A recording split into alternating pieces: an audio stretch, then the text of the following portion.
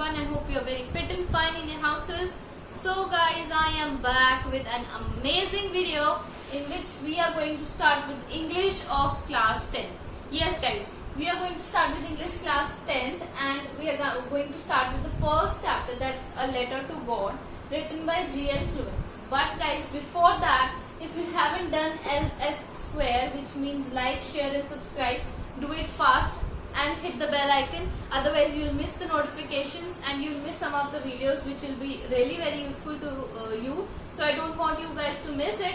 And guys, as our channel says, let's kill it. So we'll kill the studies, we'll kill the exams and score very good. So let's roll into the topic now. So let's start with the chapter. Guys, let's just start with the chapter. The chapter is A Letter to God. Alright, so this is the first chapter of our syllabus and it is written by G.L. Fluence. This man, G.L. Fluence, was a Mexican writer, a poet and a journalist. So these were the professions of the poet that he used to do. And here is the scenario of the chapter. Guys, this is an ironical chapter. Actually, this is not possible. If you see the name, A Letter to God. Can we write a letter to God? Do you know the address of God here? Do you know the mail address of God? So you can't mail God. You can send a letter to God. क्योंकि अगर आप post office में post जाके आपने डाल भी दी, तो where is the postman supposed to deliver the letter? So we don't know that. Means this is quite ironical chapter. So guys, here the main character that we have means the man, the person or the character around which the story revolves is Lenko. So Lenko here is a farmer and he's having a cornfield. Means Lenko is a farmer with a cornfield. He used to plant corns. So this is the scenario, kind of scenario. I thought of drawing it to make you understand even better. So guys, these are the hills and this is the only one house in the valley. This is kind of valley and here only one house is on the top of the lower hill. Means जो छोटी वाली hill है उसके top पे एक house है और ये house है लेंको का. This is Lenko's house. So from this house you can view the river. This is the river जो कि हमें लेंको के house से दिखती है. If we stand here, we can see the river and the cornfield which the Lenko owns. Means the farmer that we are discussing about, he owns his cornfield. और इस corn में, if you see from here, you can see the corns with some flowers in the fields. Means the flowers are like just dots because हम इतनी दूर से उसे देख रहे तो वो सिर्फ dots की तरह flowers लगते हैं. The field is full of the flowers. So this is the scenario. Guys, one day, this is this story is about starts from a day when the work on the field is done by Lenko. He has sons, means उसके बेटे थे और उसके कुछ जो बड़े बेटे थे वो cornfield में काम कर रहे थे और जो छोटे बेटे थे, they were playing near his house. So this was the scenario. So at time when he was done with the field, so his wife came, Lenko's wife came, who was preparing supper and dinner for them. So she called them all, come, it's time for dinner. So they went all, but Lenko was in the wait of rainfall because his crop was ready and there was just the need of one rainfall and his crop will be ready and very good. And guys, इससे पहले भी जो भी Lenko की field crop होती थी वो सभी बहुत अच्छी harvested होती थी. Means उसकी crops बहुत अच्छी होती थी according to the chapter. So he was waiting for the rainfall only. Means उसे actually ये story जो है ये faith के लिए, उसे भगवान पे बहुत faith था. He used to believe in God a lot. He had full faith. So this was the scenario. And guys, he was waiting for the rain. While they were doing the dinner, the wind started blowing and it was very pleasant weather. So जो Lenko था, he came out of his house for no reason. Means he wanted to came out, so he came out and he started enjoying the blowing wind. So he was doing so and he saw that the raindrops are falling from the sky and he was very exclaimed. He was very very happy. He came inside and he just expressed his joy to his family. They all were very happy and then after some moments sudden hailstones start. Hailstone मतलब हम जो ओले पड़ते होते हैं जब बारिशों में, that was the hailstones, and that started suddenly in with the raindrops falling from the sky. And guys, this was not a good news for them, क्योंकि इससे उनकी सारी क्रॉप्स खराब हो जाती. So this was, and उसके बाद काफी तेज और काफी लार्ज hailstones आने लगे, which almost ruined his crop. And the hailstones were like new silver coins. Means उनको वो सिल्वर कॉइन्स के लिए तरह लग रहे थे जो hailstones गिर रहे थे from the sky. So he was imitating them to be the silver coins. So उनकी सारी जो फील्ड थी that was ruined. all मतलब all उन्होंने जो हार्ड वर्क किया था, जो भी उनकी मेहनत थी, that all was wasted. So he was very disheartened. All the family members were very sad because they lost their crop. They worked so hard for that crop for the whole year. So now they don't have any earning source because all the family members just worked on the field. अभी उनके पास कोई livelihood का कोई earning का source नहीं था. So Lenko was very disheartened. He was very sad. So one day, वैसे तो guys Lenko was a total typical farmer. मतलब वो सारा दिन क्रॉप फील्ड में रहता था, वो सारा दिन कॉर्न फील्ड में रहता था, वहां पे काम कर रहा था. लेकिन इसके बावजूद भी he knew how to write, means he was educated. So he one Sunday in the week, means the same week when the crop was ruined, one Sunday he started writing a letter with his hand, means वो अपने हाथ से वो letter लिख रहा था. तो when he was writing, he actually wrote that letter to God. Means if you listening to me carefully, you'll be quite shocked and you'll be quite like, am I joking? Like कि वो God को letter क्यों लिखेगा? Means what's the point of writing letter to God?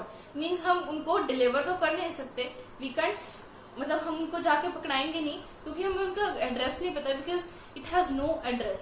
So वो क्या करता है, वो लेटर लिखता है और वो लेटर जाके पोस्ट ऑफिस के मेल बॉक्स में डाल देता है. सो वहां पे एक जो हमारा पोस्टमैन होता है, जो पोस्टमैन है वो देखता है उसे, और वो जब वो चल जाता है, वो लेटर डालने के बाद वो वापस चले जाता है घर को, तो वो लेटर उठाता है और अपने बॉस को, मतलब पोस्ट मास्टर को दिखाता है. तो जब वो लेटर का एड्रेस पढ़ते हैं, द लेटर टू गॉड, तो वो हंसते हैं दोनों. जो पोस्ट मास्टर था उसके अपीयरेंस के बारे में बताया गया है कि ही वॉज वेरी फैट, और उसके नेचर के बारे में बताया गया है कि he was friendly and pleasant. Means he was a nice नेचर्ड man, but he was fat and he started laughing when he saw the letter that was posted by Lenko. So guys, this was the scenario till now. तो जब वो सब कुछ देखते हैं letter का, तो वो जो बॉस होता है उसके दिमाग में एक आइडिया आता है, and he answers the postman to answer this letter. तो वो कहता है let's just reply to this letter, let's just answer this letter. लेकिन गाइस जब वो खोलते हैं उस लेटर को, उसमें पढ़ते हैं, तो उसके अंदर वो कहते हैं कि हमें कोई पेपर या पेन की जरूरत नहीं है, इसकी डिमांड कुछ और ही है, इसे 100 पेजोस चाहिए होते हैं. Guys here pesos is the currency. जो पेजोस है दैट इज द करेंसी, और you can say money. So जो लेंको होता है that he actually demands 100 pesos from God. वो लिखता है कि हमारी जो फैमिली है, मेरी जो फैमिली है, that will survive, that will have to fight with hunger because they don't have any earning source. So उसे 100 पेजोस चाहिए. So होता क्या है कि वो जो बॉस होता है, मीन्स जो पोस्ट मास्टर होता है, जितने भी एम्प्लॉयज होते हैं पोस्ट ऑफिस के, उनसे वो उनकी सैलरी में से थोड़ा थोड़ा पार्ट लेता है, उनकी कॉन्ट्रीब्यूशन लेता है, अपनी सैलरी में से थोड़ा पार्ट देता है, और वो इकट्ठा करके, लेकिन उनके पास 100 पेजोस फिर भी इकट्ठे नहीं होते हैं. They can gather 100 pesos all in one. So वो 75 पेजोस तक दे कैन गैदर. तो वो इस लेटर में 75 पेजोस डाल देते हैं. मीन्स वो एक इन्वेलप में 75 पेजोस डाल के जब लेंको आता है तो उससे वो दे देते कि ये देखो तुम्हारे लेटर का रिप्लाई आ गया. तो जो लेंको होता है वो ही वॉज हैप्पी कि चलो गॉड ने उसकी लेटर का रिप्लाई कर दिया, मीन्स उससे उसकी मनी मिल जाएगी. तो वो देखता है कि उसके पास 75 पेजोस ही निकलते हैं, लेकिन वो कहता है मैंने तो 100 पेजोस की डिमांड की थी.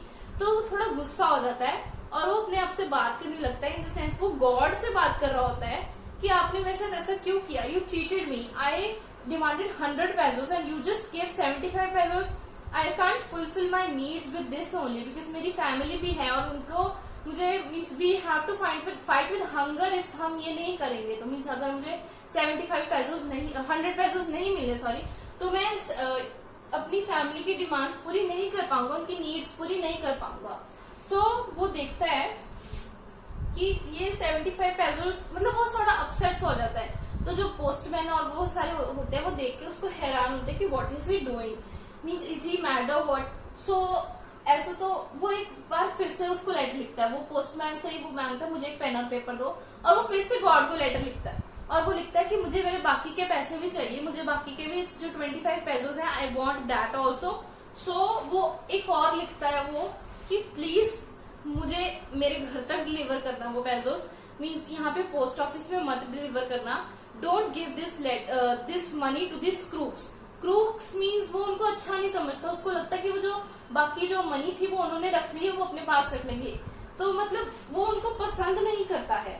सो this was the scenario and in this scenario we concluded the power of faith. But guys ये एक आयरॉनिकल स्टोरी थी। एक तो ये पॉइंट था कि जो गॉड है उसका एड्रेस नहीं पता, तो हमें पता ही नहीं है कि हम लेटर किसको लिख रहे हैं, हम किसको लिखेंगे letter, we didn't know that. और गाइज ये पावर ऑफ फेथ पे एक्चुअली कहानी है कि जो लेंको था उसे तो लग रहा था कि उसका जो गॉड है वो उस पे इतना फेथ करता था कि वो जो उनके गॉड है वो उनको पक्का रिप्लाई करेंगे, उसको वो मनी देंगे, इसलिए उसने लेटर लिख दी।